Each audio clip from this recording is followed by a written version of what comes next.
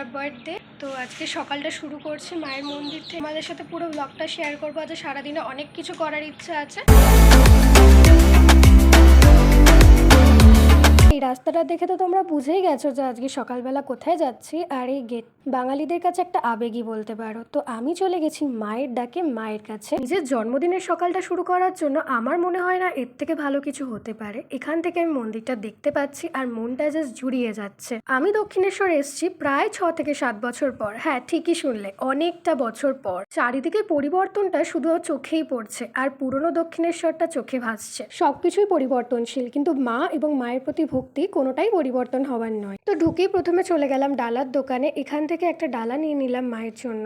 বিশ্বাস করো, এই মুহূর্তে যে মনের ভেতরে কি একটা এক্সাইটমেন্ট কাজ করছিল তোমাদের বলে বোঝাতে পারবো না। মনে হচ্ছিল কখন মায়ের দর্শন পাবো। সেদিন জানি না কেন চারিদিকটা প্রচন্ড ফাঁকা ছিল। আমাকে সেমন কোনো লাইনে দাঁড়াতেই হয়নি, খুবই সামান্য সময়ের জন্য একটু অপেক্ষা করতে হয়েছিল ঠিকই। আর মায়ের দর্শন, সেটা নিয়ে আলাদা করে কি বা বলি। অন্য সময় গেলে ভিড়ের ঠেলাঠেলিতে সামনে দাঁড়াতে পারি না, অল্পটুকু দর্শন করে বেরিয়ে যেতে হয়। কিন্তু সেদিনকে একদম শান্তিতে দর্শন করতে পেরেছি অনেকক্ষণ দাঁড়িয়ে। তোমরা তো জানোই ভেতরে ফোন অ্যালাউ নেই, তো মায়ের দর্শন করাতে পারলাম না ঠিকই, কিন্তু নাও মন্দিরে দর্শন করিয়ে দিলাম। এই জায়গাটায় দাঁড়িয়ে প্রচুর ফটোজ অ্যান্ড ভিডিওজ আমি ক্লিক করেছি, সেগুলো আমি আমার ইনস্টাগ্রাম এবং ফেসবুকে আপলোড করেছি। তোমরা চাইলে একবার দেখে আসতে পারো। সকাল দিয়ে যেহেতু কিছু খাইনি, তাই খিদে পেয়ে গেছিল।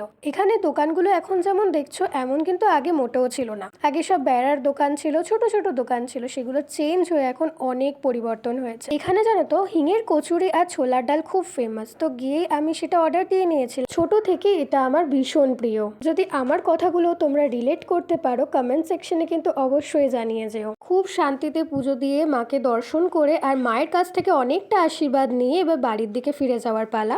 5 hours later.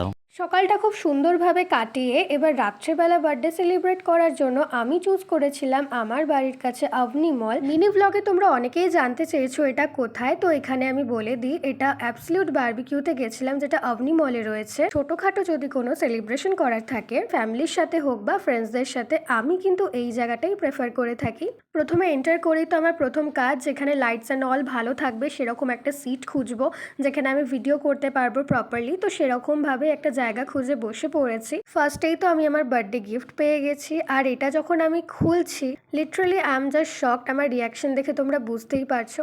এই ওয়াচটা আমার ড্রিম ওয়াচ। বিগত 6 থেকে 7 বছর ধরে এটা আমার উইশ লিস্টে রয়েছে। অনেক কারণে এটা আমি নিইনি, তো ফাইনালি এটা আমি আমার বার্থডে গিফট হিসাবে পেয়েছি। জানো তো, আমি এমন একটা মানুষ, নিজের ফিলিংস এক্সাইটমেন্ট খুব সহজে কাউকে বোঝাতে পারি না। এই মুহূর্তে আমার মনটা জাস্ট বল্লে বল্লে করছিল, বাট সেটা আমি বোঝাতে পারছিলাম না। সিরিয়াসলি আমি অনেকটা হ্যাপি এটা পেয়ে। দেন আমাদের একের পর এক স্টার্টার্সগুলো এসে গেছিলো। প্রথমেই ছিল মেয়েদের প্রিয় ফুচকা। যেখানেই যাও ভাই, ফুচকা কিন্তু মিস করা যাবে না। টেস্ট ওয়াইজ বলবো সে রাস্তার ধারে ফুচকার ফিলটা পাচ্ছিলাম না, বাট অ্যাভারেজলি ইটস ওকে। তারপর একের পর এক অনেক কিছুই খেয়েছি। সত্যি কথা বলতে স্টার্টারগুলো আমার সেভাবে মনে নেই, এটা চিকেনেরই কিছু একটা ছিল।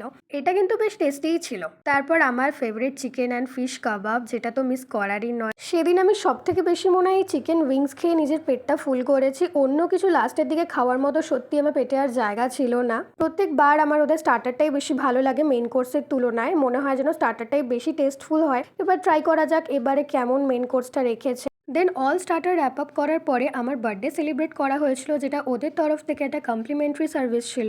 আর ওই মুমেন্টে রীতিমতো আমার একটু শাই ফিল হচ্ছিল। প্রত্যেকবার জানো তো আমার বার্থডে সেলিব্রেশন আমার বাড়িতেই হয়, তো এইবার ভেবেছিলাম একটু বেরিয়ে কোথাও গিয়ে সেলিব্রেট করব। তো সেই অনুযায়ী সকাল থেকেই নিজেকে একটু সময় দেওয়া, একটু অন্যভাবে সেলিব্রেট করা আর কি। তারপর চলে আসি মেন কোর্সে। এখানে অনেক ধরনের আইটেম ছিল, যখন স্টিম রাইস ছিল, ইয়োলো ডাল ছিল, তারপর এদিকে মাঞ্চুরিয়ান ছিল, পনির ছিল। তারপর মেন অ্যাট্রাকশন যেটা ছিল পোলাও আর সাথে মাটন। মাটনের ভিডিও করতে আমি একদমই ভুলে গেছি, যেহেতু ওদের মাটনের সেকশনটা একটু অন্যদিকে থাকে। তারপর এখানে অনেক ধরনের স্যালাড ছিল, যেটা আমি প্রত্যেকবারের মতো ইগনোর করে যাই। তারপর এদিকে ছিল চিকেন বিরিয়ানি, যেটা দেখে তো খুবই টেস্টি লাগছে।